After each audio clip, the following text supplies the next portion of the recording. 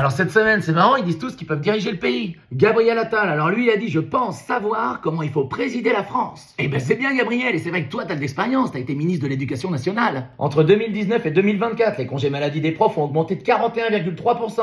Parce qu'ils sont au bout du rouleau à cause des classes surchargées, des manques de moyens et d'un manque de considération évident. Et Gabriel, tu peux nous rappeler ce que t'as fait pour améliorer leurs conditions de travail? Voilà. Et cette semaine, il nous a dit que son père il était accro aux jeux, à la drogue. Alors oui, c'est triste, c'est vrai. Mais moi, ma belle-mère, elle pousse un petit peu sur la manzana et les fraises tagada, c'est pas pour ça que je vais être candidat à la présidentielle.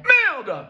Ensuite, Bruno Retailleau, lui aussi il se présente. Alors lui, il veut lutter contre le trafic de drogue. Bon, ça pour le coup, c'est bien. Bon, à la base, Retailleau, c'est pas ma tasse de thé, hein, mais là, il a raison. Attention les enfants, la drogue, c'est mal, hein. Sauf que Bruno, t'étais ministre de l'Intérieur en 2024 et après ton passage, le trafic de drogue a augmenté de 8%. Eh ben c'est bien Bruno, grâce à toi, le chômage augmente pour tout le monde, sauf pour les dealers de shit. Mais félicitations.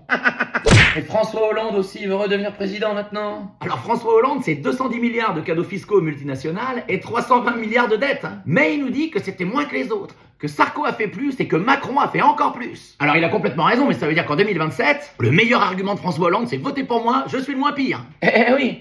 Et il y a même Michel Barnier, lui aussi il dit qu'il peut être président. Lui il a été Premier ministre 3 mois. Au moins lui il est même pas resté assez longtemps pour faire des conneries. Mais rassurez-vous, il allait en faire.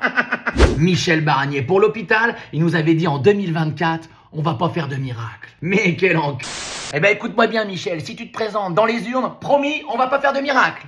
Alors il y en a quand même un qui a dit non, je me présenterai pas, c'est Sébastien Lecornu. Et attends, Lecornu, il a un compte à découvert de 500 €.